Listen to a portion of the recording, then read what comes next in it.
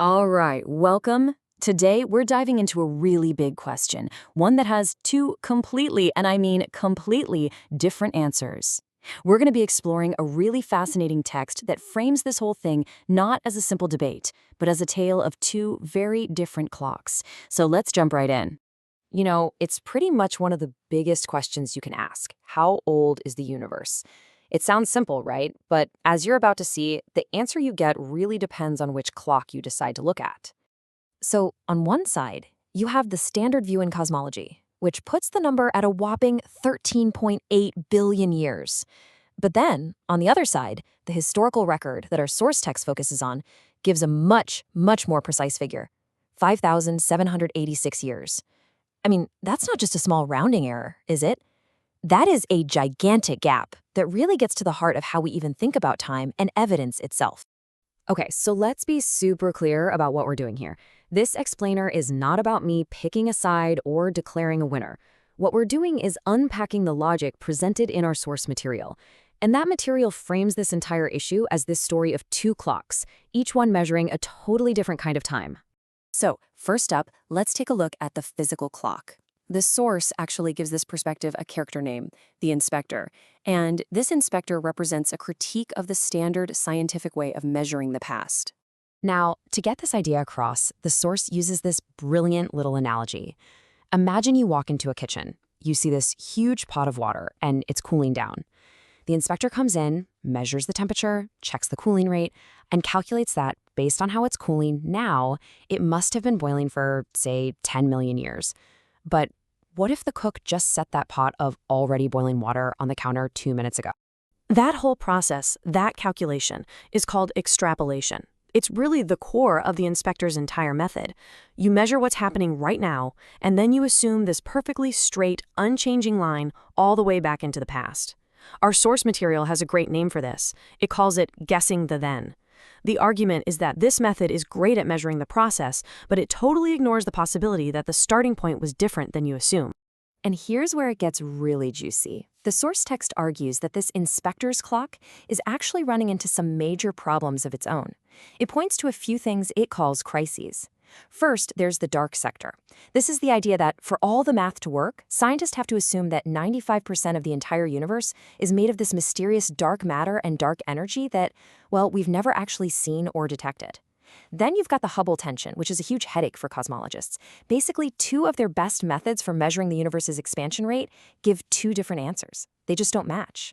And finally, the maturity crisis.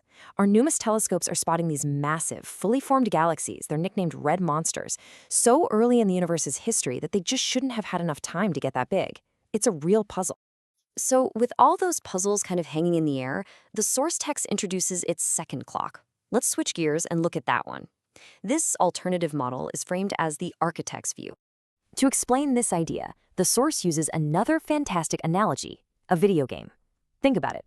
When you boot up a game like Super Mario, you don't have to wait a few billion years for the mountains in the background to form, right? No way.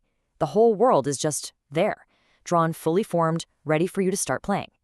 The idea here is that the universe could have been initialized in this same way, literally starting at the finish line. The more formal term the text gives this concept is functionally mature initialization. So here's the key takeaway. The universe was created in a ready-to-run state. And any appearance of age isn't some kind of trick or deception. According to this view, it's an absolutely necessary feature for the whole system to work correctly from the very first moment. And the examples it gives really make this click. A tree, the text argues, would be created with rings already in it, not as a tiny seed, because it needs that mature wood just to stand up, so the rings aren't birthdays, they're structural bones. Or a man created as a functioning adult, not a helpless infant. And maybe most famously, starlight created already in transit, already on its way to us, so that the cosmos would be stable and you could actually see the stars from day one. Okay, so we've got our two clocks. One is based on measuring physical processes and running them backward in time. The other is based on this idea of a universe initialized in a mature state. The core conflict between them, according to our source, really boils down to what you consider to be stronger evidence. On one side, you have what the source calls the physical shadow.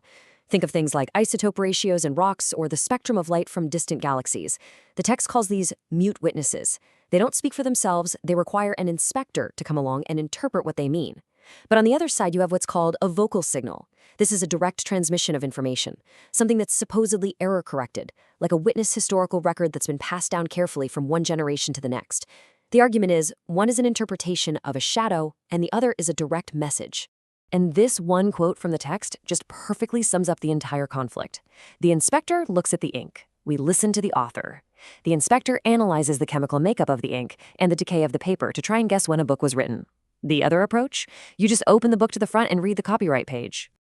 The source actually gives this witness record a name, the Mizora. And, it uses some very modern analogies to explain how this information was supposedly kept safe over time. It's compared to a distributed ledger or even a blockchain, this idea of a chain of custody held by millions of people over thousands of years, making it, in this view, basically unhackable and impossible to change. So, as we start to pull this all together, these two clocks really just represent two totally different ways of looking at the universe. One frame sees the cosmos as this vast, ancient machine that slowly built itself, a machine that we can measure to try and piece together its history. The other frame sees the universe as a profound, intricate message, a book that comes with its own copyright page telling us exactly when it was published.